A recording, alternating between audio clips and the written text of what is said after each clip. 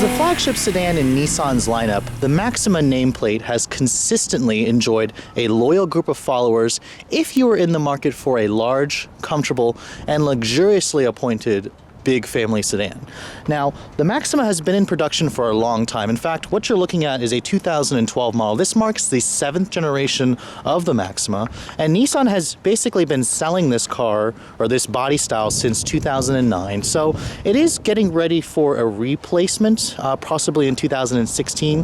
But anyways, this Maxima is still a pretty fresh and decent looking full-size sedan.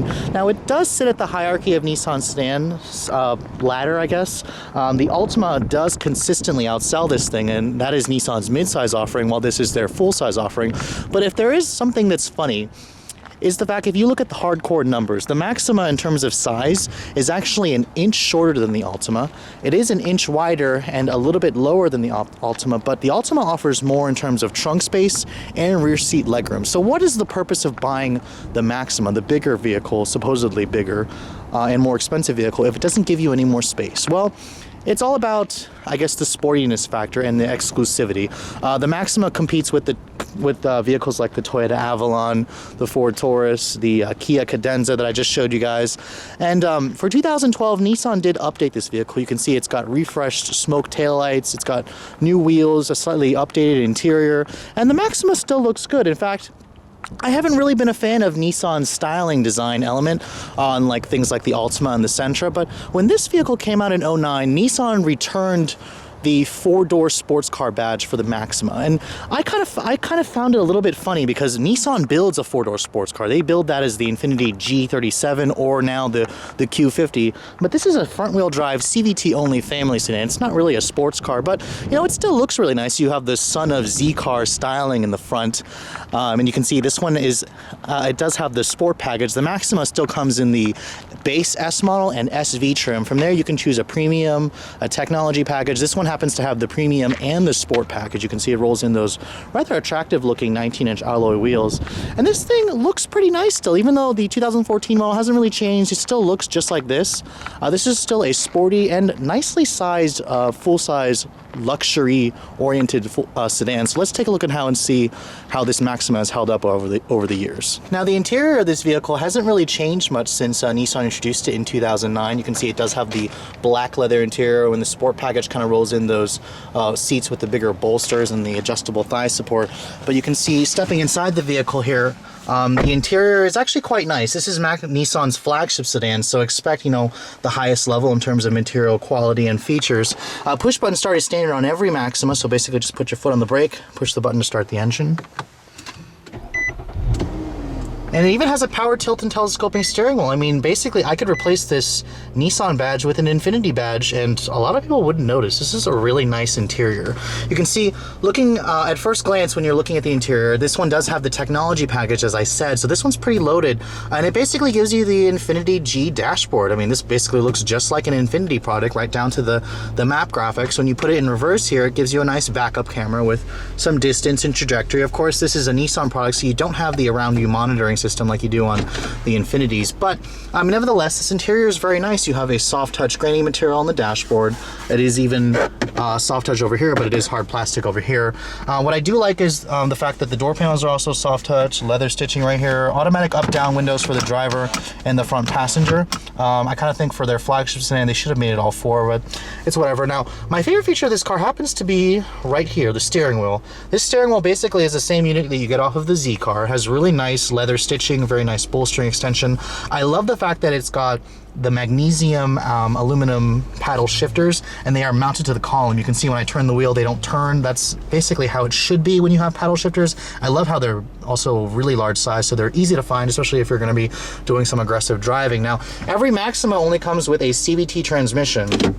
You used to be able to get a 6-speed manual in this car, but Nissan doesn't offer it for this 7th generation, which is weird because they wanted to go back to the 4-door sports car. It's got a sport mode, which is Nissan calls their DS mode. It simulates 6 gears, but we'll get into how it drives in a moment. V6 models with a CVT from Nissan are actually quite pleasant to drive. You have your cup holders here, some silver painted plastic here, and then of course the navigation system. Now, I'm not going to get too much in depth with it, but it's all controlled via this knob right here. Or if you want, you can also control it from the fact that this is actually a touchscreen, where you can actually use this and touch wherever you want to go, or you can use the little scrolly wheel. It's basically take your pick. The screen is a little bit small. It's about 7 inches, so you can see where this is starting to look a little bit dated.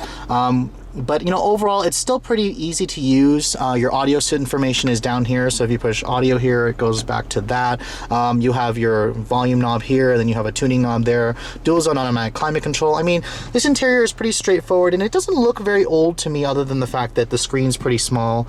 And as most newer cars today have the tablet screen that pops up. That's kind of where manufacturers are going. You can see here, looking at the center console, you have 2-tier storage here, and it's a nicely padded lid. A little bit more storage space here. The glove compartment is gigantic, and you have 2-tier storage right there. So I mean, storage capacity in here is actually pretty good. But this is their flagship sedan, and it feels like an Infiniti in here. So I have to give them props for giving us a pretty high quality interior in this Maxima. Now, one area where the Maxima kind of falls short is the back seat room. You're looking at about 34 cubic feet of space. The Altima gives you 2 more inches of space, and you can see here it's pretty cramped for a full-size sedan. Now, that's not to say it's like horrible, but if you look at Nissan's Versa or the Sentra, it actually offers more legroom in the back. So this is somewhat weird, but you can see here I do like the thicker, or the extended thigh support here. You do get a nice armrest right here with some cup holders, and then of course you have the pass-through to go to the trunk. This particular model with the Sport package, the seats don't fold down. You have to get the base S model, and then the seats will fold down 60/40. If you look at the door panels here, it's the same soft touch materials from the front seats, so I mean, they haven't skimped at all on interior quality in this vehicle. Now, trunk capacity is also where the Maxima kind of falls a little bit short. You're looking at about 14 cubic feet of space. The Cadenza, one of its main competitors, offers about 2 cubic feet more. Nissan's own Altima offers a little bit more space, but at least you get hinges that don't crush your cargo, but only a pass-through when you get an upper trim level like this one.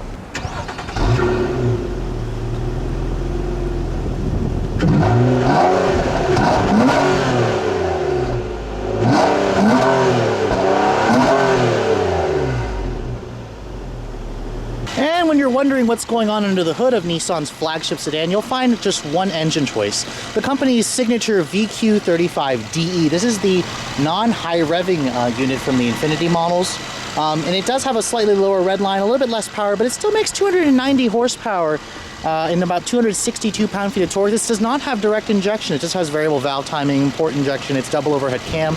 Pretty good numbers. The Altima makes 20 less horsepower than this car, but the Altima does get better gas mileage. This one is rated for front-wheel drive only at 1926, and it does recommend premium gas. Let's take a look at how it all works. So this generation Maxima has been on the market for a few years now, and even though the body style and the design is based on the previous generation Altima, this thing still feels relatively nice. It still feels relatively tight, and it doesn't feel as old as Ford's Taurus, for example. But let's remind ourselves, let's take a look at how this thing still drives today.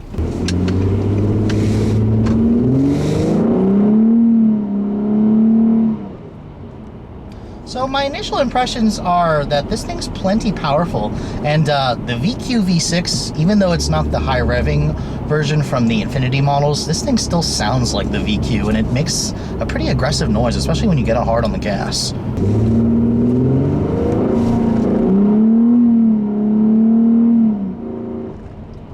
Now, the 3.5-liter V6 makes, a pretty impressive 290 horsepower without direct injection. So the Maxima is plenty powerful. The CVT, actually, I usually don't like CVTs, but when you pair it with a V6 like this, Nissan CVT actually isn't all that bad. Expected 0 to 60 time of maybe around 6 seconds. I just tested that Kia Cadenza, and this thing feels probably just as quick. It's just in the way that it delivers its power. It's different. You have to listen to the engine, wail a little bit while the CVT kind of just raises the revs. But the V6 in this car makes a much more aggressive growl than that Cadenza, and it's pretty loud when you get your foot down.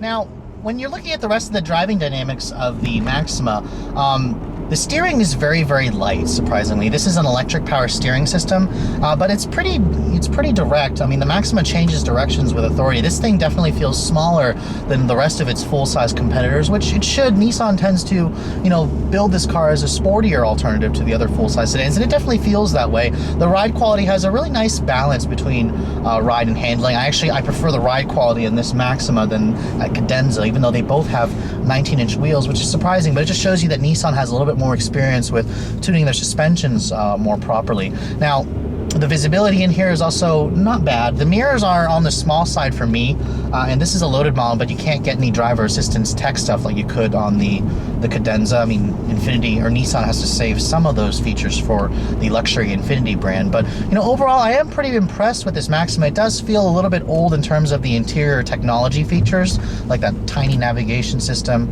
But, you know, overall, the driving dynamics of this vehicle are still pretty solid.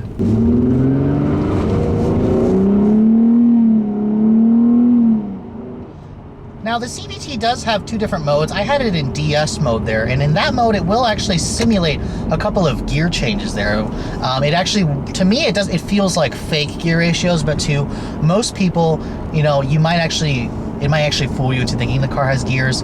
When you have it in just regular drive mode, it behaves more like a CVT. When I plant my foot, it kind of just sends the revs up and holds it there. But, you know, with a V6, it's got a pretty continuous wave of torque, and you're kind of just riding that. Now, the one thing I don't really find as pleasant, even though I said that V6 has a burly noise, it does sound a little bit truckish, and that's kind of a characteristic of the VQ series V6. The Infiniti G37, if you guys drive one of those, or 35, the engine actually gets even louder, but I'm surprised to see, you know, how much of that actually made it into the Maxima. This is a front-wheel drive, you know, less powerful version of the engine, and it still has pretty much every characteristic. Now, everything else about the driving dynamics, this is Nissan's full-size sedan. It's a comfortable vehicle. The seats are pretty comfortable. I actually like the bolstering extension. It has a nice little thigh support area here, and that actually helps to, you know, give you a little bit more comfort and support. I like that feature on a lot of Nissan products. They basically took it from BMW.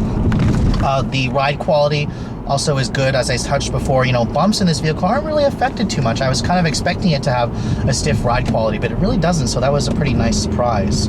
The paddle shifters in this vehicle do a pretty good job in mimicking gears, and I like the fact that they do rev match on your downshifts, and I also love the fact that they don't turn with the wheel.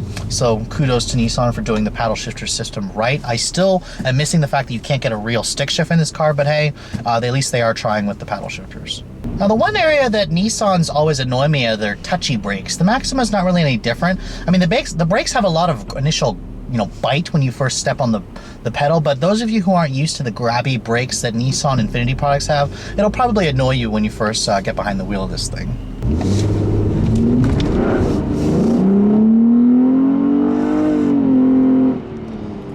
So at 290 horsepower, I was expecting this thing to also have some torque steer, and actually I'm pretty thrilled to say it doesn't really have much torque steer. The one thing that really is going to get on your nerve is the fact that the front tires will spin like crazy when you do put your foot down hard as they try to find traction, but this is a pretty quick sedan, so I'm pretty pleased. Now, coming down to the conclusion of my video, is this car worthy of the 4D SC badge that Nissan plasters on the back window that basically stands for four-door sports car? Well, no, I don't think it is worthy of that badge. I think Nissan should be sticking that badge on the Infiniti Q50 or the G37, as the Maxima is more just a semi, you know, near luxury family sedan, which, to be honest, as a family sedan, this Maxima doesn't really excel too much, from my opinion. The Altima is actually all-around better choice if you guys are looking for practicality. It offers a bigger back seat, a little bit more space, but if you're going to look at the Maxima in terms of its full-size competitors, it does feel smaller, it feels sportier to drive, it has a pretty high-quality interior other than the fact that it's dated, but, you know, keep in mind, this is Nissan's older products, or older vehicles, so it's going to have their older technology in it. And in terms of the price, the Maxima does fall on the lower end in terms of, you know, some of its fully loaded models, but if you guys are looking for a full-size sedan, you know, you're going to be comparing this car to the Avalon, to the Cadenza, to the Impala, the Taurus, and the Maxima does feel a little bit small and old, and it's going to appeal to somebody looking for more of a sports sedan as opposed to a full-size sedan that needs the space and the utility. With all that said, hope you guys have enjoyed my overview of this 2012 Nissan Maxima SE. If you guys are in the market for a full-size sedan that need more, they're basically are looking for more sport as opposed to utility, this vehicle, might make it to your shopping list. Other than that, thanks so much for watching, guys. I'll catch you all later.